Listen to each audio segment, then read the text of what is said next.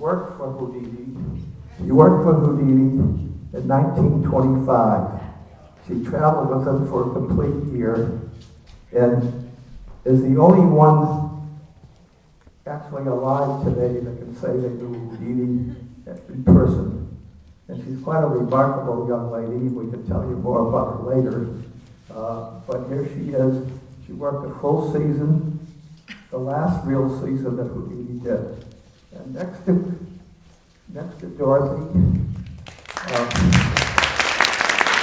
I don't know, you want to say anything at all to them? It's a pleasure to be here. It's very good. I'm very happy to be here. And that's all. Now, as you know, she is the one who, I think, gave the largest donation to the Drew University in its history.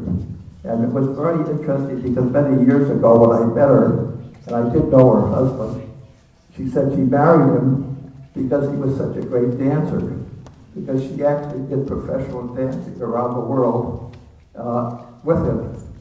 She said, I didn't know he knew how to make so much money. She found that out later. That's why she gave the biggest donation in Drew history, Drew University history. So we're very happy with her. Next to that, to her sitting over here, is the man who wrote the major, most important book on Houdini ever written, a biography that a lot of you may have seen or have heard of, but this is Ken Sullivan. I could say document, never uses the term, but it's Ken Sullivan. And he is from Manhattan. His son, by the way, by coincidence, is doing this filming for this program tonight. Next to that, coming around, is where's Ken?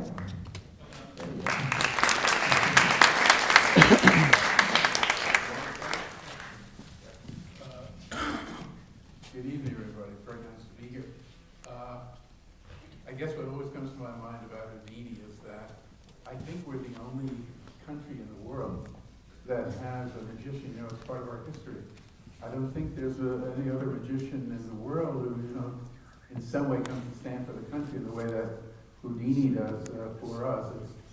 What exactly that says about him or what exactly that says about America is another sort of question, but I always think of Houdini as really part of magic, certainly part of show business, but also really part of American history. So we're certainly interested to see what happens tonight.